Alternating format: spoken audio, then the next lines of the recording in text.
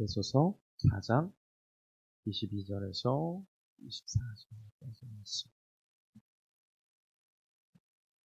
하시면 함께 읽겠습니다. 시작.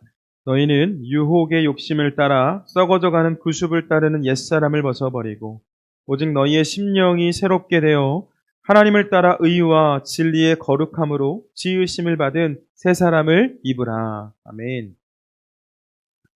2007년도에 나온 영화 중에 밀양이라는 영화가 있습니다. 우리 김민성은 몇 년생이죠? 2008. 우리 친구들이 태어나기도 전에 나온 영화네요. 그러니까 줄거리를 말씀드려도 전혀 문제가 되지는 않겠죠. 그죠? 굉장히 오래된 영화니까. 영화의 주인공으로 이제 한 여인이 나오는데요. 이 여인은 남편을 잃은 미망인이죠. 그리고 어린 아들을 데리고 남편의 고향으로 가서 새로운 삶을 살고자 했던 여인입니다. 그런데 어느 날 이 여인이 외출하고 돌아왔는데 아들이 사라졌습니다. 이 아들이 유괴범에게 납치가 된 거죠. 전화를 받고 이제 돈을 준비해서 약속 장소에 돈을 이제 가져다가 놓았는데 여인이 기대하는 것처럼 아들이 돌아오는 것이 아니라 그 아들의 시체가 돌아왔죠. 영화 속의 이야기라고 해도 얼마나 속상한 일입니까? 사랑하는 남편도 잃고 아들도 잃었습니다. 전부를 잃어버린 거죠. 한참을 슬퍼하던 그 여인의 눈에 한 현수막이 하나 눈에 들어왔습니다. 상처받는 영혼이 치유를 얻는다. 라는 교회에서 붙인 현수막이죠. 상처받은 영혼이 치유를 얻을 수 있다. 그 현수막을 보고 이제 무작정 이 여인이 교회로 들어갑니다. 또 기도 시간에 막 울부짖죠. 그녀의 예배가 거기서 끝나는 것이 아니라 이제 지속적으로 예배를 드렸는데 그 예배를 드리면서 그녀에게 믿음이 생기고 신앙생활을 하게 됩니다.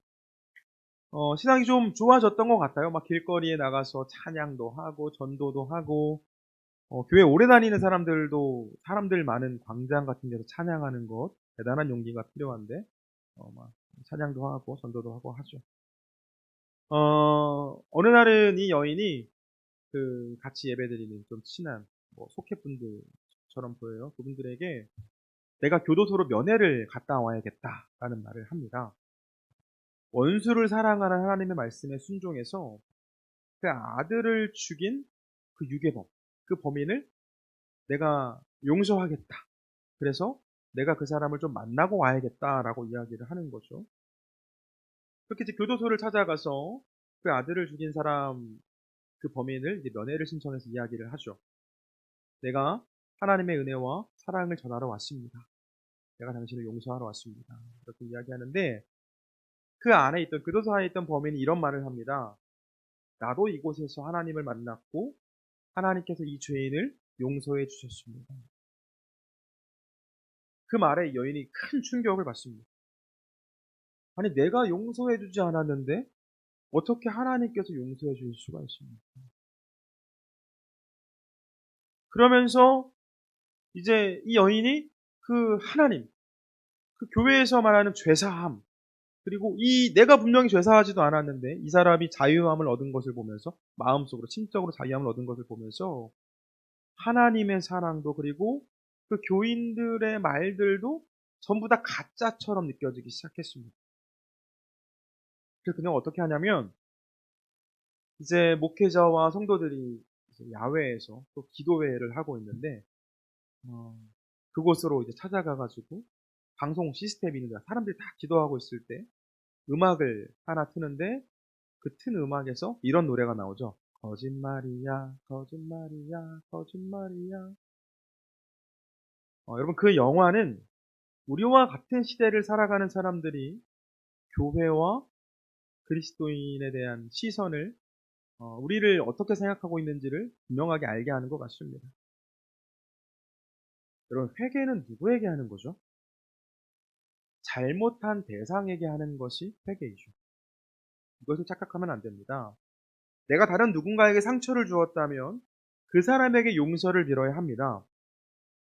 그런데 동시에 우리는 하나님께도 회개를 하죠.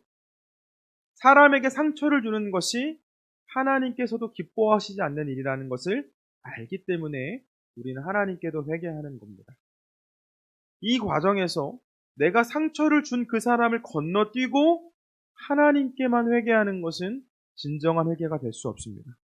우리 예수님께서도 이 부분에 대해서 분명히 말씀하셨는데요. 우리 책갈피로 좀 해두시고 마태복음 5장 말씀 좀 찾아보겠습니다. 마태복음 5장 23절부터 봅니다. 신약성경 마태복음 5장 23절에서 26절까지 하셨을까요? 마태복음 5장 23절에서 26절까지 함께 읽겠습니다. 시작. 그러므로 예물을 제단에 드리려다가 거기서 내 형제에게 원망 들을 만한 일이 있거든 생각나거든 예물을 제단 앞에 두고 먼저 가서 형제와 화목하고 그 후에 와서 예물을 드리라. 너를 고발하는 자와 함께 길에 있을 때에 급히 사화하라. 그 고발하는 자가 너를 재판관에게 내어주고 재판관이 옥리에게 내어주어 옥에 가둘까 염려하라. 진실로 내게 이르노니 네가 한 푼이라도 남김없이 다 갚기 전에는 결코 거기서 나오지 못하리라. 네. 예수님께서 하신 말씀인데요. 형제에게 원망 살 만한 일을 했거든 예배 드리기 전에 먼저 가서 다 풀고 와라. 여기서 풀고 오라라는 것은 용서를 구하고 용서를 받고 오라라는 말씀이 되겠죠. 너의 잘못으로 인해 형제가 너를 가두게 될 경우에 그 대가를 다 치르기 전까지는 감옥에 나올 수 없을 것이다 라는 말씀도 하셨습니다. 여러분, 회개는 잘못된 것을 바로잡는 건데 하나님께서는 당신과의 관계만 바로잡을 것을 말씀하시지 않습니다. 우리 삶에서 틀어진 모든 것들을 바로잡으라고 말씀을 하시죠. 오늘은 이 회개한 진정한 그 회개를 한 성도의 삶에 대한 말씀을 나누려고 합니다. 우리 요리문답 함께 읽어볼까요? 오늘은 4가지 물음과 답인데요. 함께 읽겠습니다. 시작. 참된 회개 혹은 회심이란 무엇입니까? 옛 사람이 죽는 것이고 동시에 새 사람이 시작되는 것입니다. 옛 사람이 죽는다는 것은 무슨 말입니까? 우리가 하나님께 죄를 지었음을 마음 깊이 슬픔으로 애통해하며 그것을 점점 더 미워하고 그것을 버리는 것을 말합니다. 새 사람이 시작된다는 것은 무슨 말입니까? 예수 그리스도를 통해 하나님 안에 거하는 것을 진심으로 즐거워하고 하나님의 뜻에 따라 모든 선한 일을 행하는 삶을 사랑하고 기뻐하는 것을 말합니다. 선한 일은 무엇을 말합니까? 하나님의 법에 따라 그분께 영광을 돌리며 참된 믿음으로 행하는 것을 말합니다. 우리 인간의 생각이나 가르침에 근거한 것을 말하지 않습니다. 아멘. 말씀드린 것처럼 회개 이후에 그리스도에 대한 삶에 대해서 말씀을 나누려고 하는데요. 진정한 회개에 대한 말씀도 함께 나누려고 합니다. 우리 본문 말씀 다시 한번 볼까요? 책갈피 해두셨죠? 에베소서 4장 22절에서 24절 같이 읽겠습니다. 시작. 너희는 유혹의 욕심을 따라 썩어져가는 구습을 따르는 옛사람을 벗어버리고 오직 너희의 심령이 새롭게 되어 하나님을 따라 의와 진리의 거룩함으로 지으심을 받은 새 사람을 입으라. 아멘. 지금 성경은 우리에게 옛사람을 벗어버리고 새 사람을 입으라 라고 말씀합니다. 한 번 더 옛사람을 벗어버리고 새 사람을 입으라. 여러분, 회개한 성도, 곧 구원받은 성도의 삶에 필요한 것은 옛사람을 벗어버리고 새 사람을 입는 일입니다. 그런데 이 2가지는 사실 구분되는 일이 아닙니다. 우리가 잠자리에 들 때 잠옷으로 옷을 갈아입죠. 내가 입고 있던 옷을 벗고 잠옷을 입는 것은 약간의 시간 차이가 있을 수는 있지만 하나의 과정입니다. 옛사람을 벗어버리고 새 사람의 옷을 입는 것도 마찬가지입니다.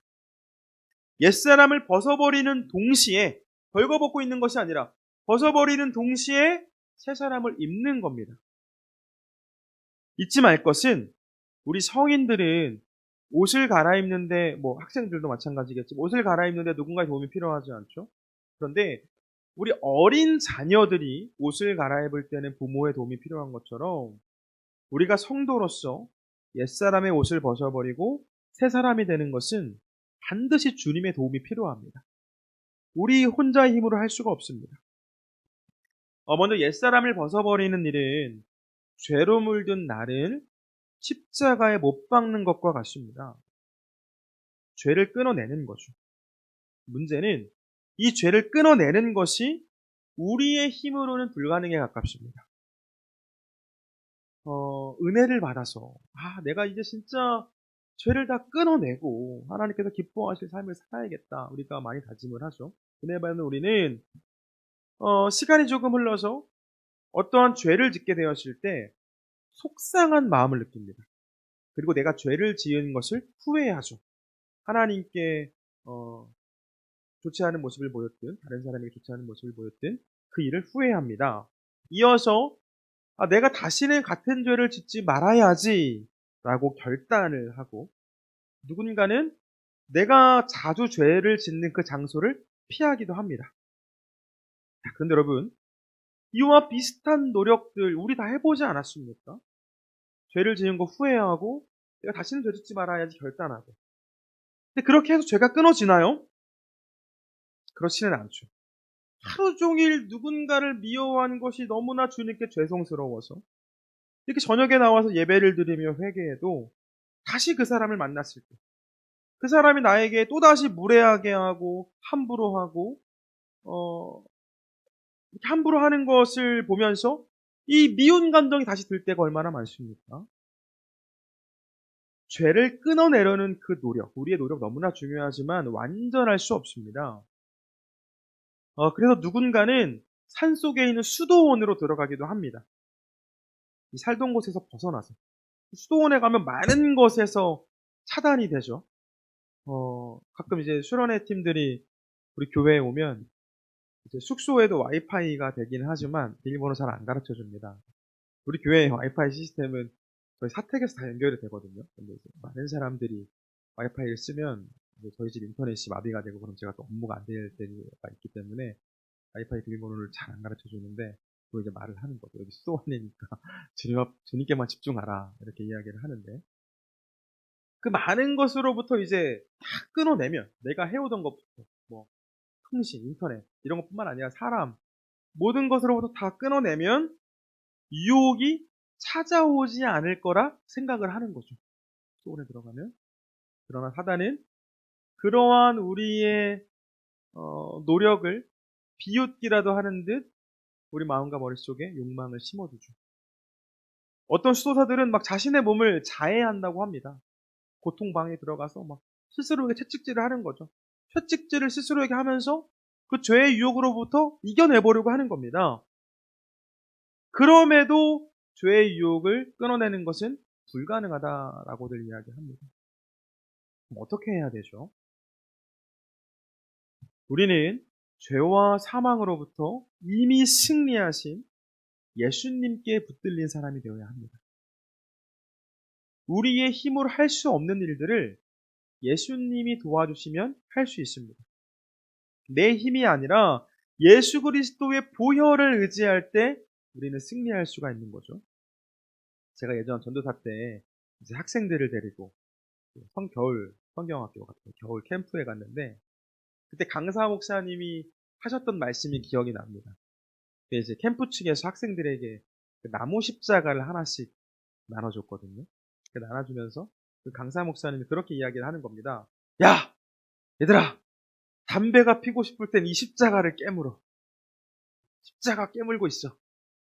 그럼 담배가 다 끊어질 거야. 이렇게 이야기를 하더라고요. 굉장히 오래된 얘기인데 아직도 제 머릿속에 남아있습니다. 내가 이제 담배를 끊어야지 하는 결단보다는 정말 담배 생각이 날 때 해본 적은 없지만 그 십자가, 나무 십자가를 물고 있으면 금연에 조금 더 가까워지지 않을까라는 생각을 해봤습니다. 이 죄가 나를 찾아오는 그 유혹의 순간에 이런 나 같은 죄인을 살리시기 위해 예수님께서 십자가를 지셨음을 기억하면서 그 주님께 도움을 구할 때 우리는 그 유혹을, 찾아오는 유혹을 완벽하게 이겨낼 수 있지 않겠습니까? 여러분, 회개는 행위의 문제를 바로잡는 게 아닙니다. 물론 우리의 행동이 변화되는 것도 좋은 열배입니다. 그런데 그 행동이 변화되는 것이 전부가 되어서는 안 됩니다. 회개는 행위의 문제를 바로잡는 것이 아니라 우리 존재의 문제를 바로잡는 겁니다. 내가 마귀의 자녀가 아니라, 내가 사단의 자녀가 아니라 내가 주님의 자녀라는 것을 분명히 하는 거죠. 그게 회개입니다.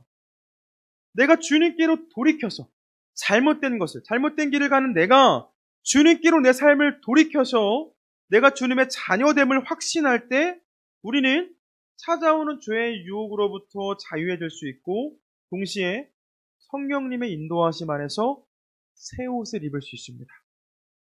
옛사람을 벗어버리고, 회개를 통해 옛사람을 벗어버리고 새 사람을 입는 것이죠. 사단 마귀가 주는 생각, 그리고 사람들의 전통, 이 시대에 주는 그 가르침을 따라 살아가는 것이 아니라 살아계신 하나님의 말씀과 성령님의 인도하심을 따라 살아가는 존재가 되는 겁니다. 그때 우리는 주님께서 기뻐하시는 성도의 삶을 살아갈 수 있습니다. 자, 그렇다면 여러분, 주님 안에서 새 사람을 입은 우리는 어떤 삶을 살아야 할까요? 우리 어떤 삶을 살아야 될까요? 선한 일을 하며 살아야 하겠죠? 왜 그렇습니까? 선한 행위가 하나님께 기쁨을 드리기 때문입니다. 하나님께서 죄인인 나를, 그냥 죄인이 아니죠. 죄인 중에 괴수와도 같은 나를 자녀로 삼아주신 것에 진심으로 감사하는 사람은 하나님께서 기뻐하시는 일을 하지 않겠습니까? 내가 받은 사랑을 나누고 내가 받은 은혜를 나누는 일이 나를 자녀로 삼아주신 그 하나님께 기쁨이 된다면 우리는 기꺼이 감당할 수 있죠. 이때 분명히 해야 할 것이 있습니다. 성도의 삶에 필요한 그 선행, 선을 행하는 일은 하나님께서 기뻐하시는 일이 되어야 합니다. 내 만족, 나를 과시하기 위한 선한 일, 새 사람을 입은 성도가 하는 일이 아닙니다. 어려운 누군가를 도울 때 누군가는 날 구원하신 하나님의 기쁨이 되기 위해서 하고, 다른 누군가는 자신의 이름을 알리기 위해서 그러한 일을 할 수 있습니다. 드러나는 결과는 똑같아 보일 수 있습니다. 그러나 똑같지 않죠. 하나님의 기쁨이 되기 위한 그 성도의 선행은 하나님께서 영광을 받으십니다. 그러나 자신을 위한 선행에 대한 그 영광은 자신이 받아가죠. 또 나를 위한 선행은 언제든 안 할 수 있습니다. 사람의 생각은 바뀔 수 있죠. 내 형편과 내 상황, 내 처지가 중요합니다. 그런데 하나님의 기쁨이 되고자 하는 사람은 내 생각, 내 형편, 내 상황보다는 하나님의 마음을 더 중요하게 여기게 되고 주어진 내 상황 안에서 최선을 다할 수 있습니다. 기억하시길 바랍니다. 우리가 하는 선행은 나의 만족, 우리의 만족이 되어서는 안 됩니다. 선행의 동기는 하나님께서 내게 베풀어 주신 그 사랑에 대한 감사이며, 그때 우리는 맺혀지는 그 귀한 열매로 하나님께 영광 올려드릴 수 있습니다. 말씀 정리합니다. 여러분, 우리는 예수님을 믿는 믿음으로 구원을 받습니다. 올해 수요일마다 제가 이 문장만 한 200번을 말씀드린 것 같아요. 그죠? 우리는 예수님을 믿는 믿음으로 구원을 받죠. 이 믿음에는 회개가 뒤따르는데, 제가 설교를 시작하면서 영화 이야기로 말씀을 드린 것처럼 회개는 수직적인 측면만이 아니라 수평적으로도 되어져야 합니다. 회개한 사람의 삶은 곧 옛사람을 벗어버리고 새 사람의 옷을 입은 사람이죠. 그런데 오늘날 우리가 살아가는 이 세상을 보면 어떻습니까? 제주는 야경 볼 곳이 거의 없지만 서울을 살 때는 아름다운 야경을 볼 수 있는 곳이 참 많았습니다. 이제 올라가서 야경을 보면 멋진 야경들 사이로 항상 보이는 것들이 있었습니다. 뭘까요? 동네마다 밝게 비추고 있는 십자가들이죠. 십자가가 굉장히 많이 보입니다. 이 시대에 십자가를 세운 교회는 참 많습니다. 우리 교회도 십자가를 세웠죠. 예수님을 믿는다고 하는 성도도 너무나 많죠. 그런데 이 땅의 빈곤의 문제는 해결될 기미가 보이지 않습니다. 여전히 도움을 받지 못해서 삶이 파괴되는 사람들 너무나 많습니다. 성도들의 회개가 진정한 회개일까 하는 생각을 하게 됩니다. 하나님께서 기뻐하실 일들이 너무나 많은데, 너무나 많이 쌓여 있는데, 그 일들을 다 뒤로 하고 자신들이 하고 싶은 일들만 집중해서 살아갑니다. 내가 받은 은혜를 기억하기보다는 내게 있는 그 결핍에 집중하고 입술에는 찬송이 아닌 한숨이 가득하기도 하죠. 여러분, 참된 회개는 옛사람이 죽는 동시에 새 사람의 삶을 사는 겁니다. 이때 새 사람은 내가 하나님 안에 있음을 기뻐하고, 그래서 하나님께서 기뻐하실 일을 고민하고 하나님께서 기뻐하실 삶을 살아갑니다. 여러분, 우리가 주님께로 돌아왔을 때 우리 주님 너무나 기뻐하셨습니다. 그 잃어버린 양을 찾았을 때 그 양을 어깨에 메고 동네 사람들을 초대해서 잔치를 열었던 그 목자처럼 주님께서 우리를 찾으셨을 때, 우리가 회개하고 성도가 되었을 때 너무나 기뻐하셨죠. 그런데 우리 주님께서 여전히 바라보는 영혼들이 있습니다. 찾아오지 못해서 가슴 아파하는 이들이 있죠. 그들 중에는 교회와 성도들의 잘못 때문에 예수님께로 나아오지 않는 사람들도 있습니다.